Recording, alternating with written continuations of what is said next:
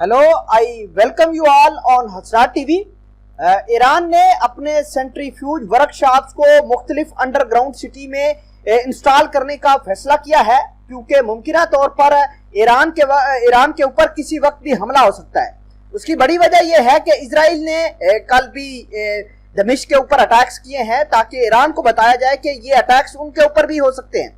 Iran confirm centrifuge workshop move to underground sites.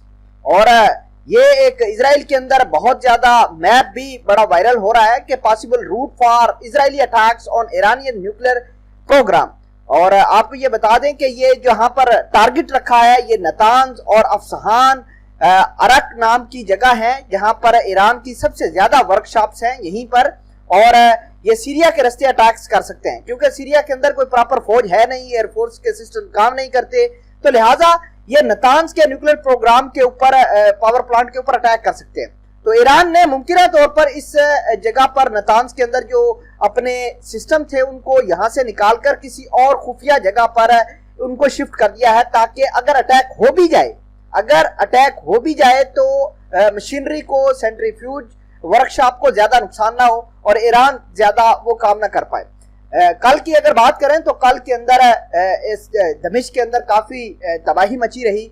Russia claim Syria intercepted Israel missile in attack near दमिश्क। Israel के बहुत सारे missile दमिश्क के अंदर गिरे और ईरान के हमायत याफ्ता जंगियों की जो बेसिस थी उनको निशाना बनाने की कोशिश की जा रही थी इजराइल की जानिब से। एक और आपको खबर बता दें कि इजरायली जेट्स ने ये सारी की सारी तबाही की है और Israeli jets violate Syrian air space bomb areas west of capital Damascus. तो ये दमिश्क के इलाके हैं जहां पर इन्होंने कल काफी बमबारी की है। उधर अगर हम इस्माइल काइनी जो कि कुछ फोर्स के रहबर हैं उनकी बात करें तो उन्होंने कहा है कि हम इजराइल और अमेरिका के खिलाफ काम जारी रखेंगे और जितना हो सकेगा हम अपने मिलिशियाज को सपोर्ट करेंगे और यही मिलिशियाज हमारे तैयार होके इजराइल और अमेरिका के ठिकानों को तबाह करेंगे। आपको यहां रोककर एक चीज बता दें कि ये जो न्यूक्लियर प्रोग्राम है उसके हवाले से वियना के अंदर बातचीत जारी है और जो इनके सुप्रीम लीडर हैं आयतुल्लाह खमेनी वो कह रहे हैं कि हमें मुख्तात होना होगा, ऐसा ना हो कि हमारी ये जो टास्क है, हमारी जो मेहनत है उसके ऊपर पानी फिर जाए।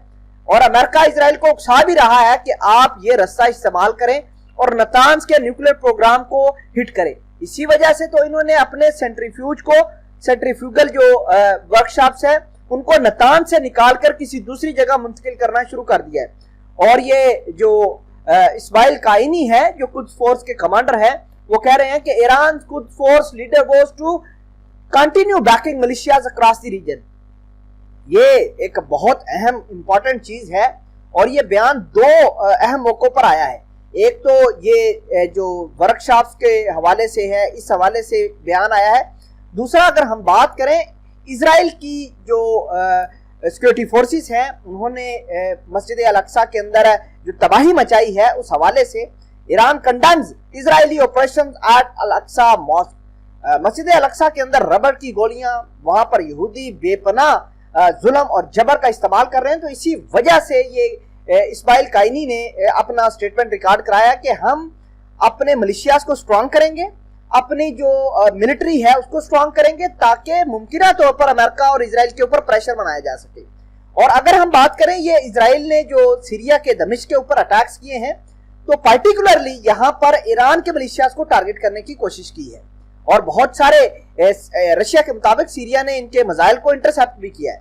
और अगर हम बात करें इजराइल की तो इजराइल ने सिर्फ 15 रमजान तक 100 से ज्यादा फलस्तीनियों को शहीद किया है, ये जो 12 मरतबा झड़पें जारी हैं, जबकि 200 से लोग अभी भी बहुत ज्यादा जख्मी हैं।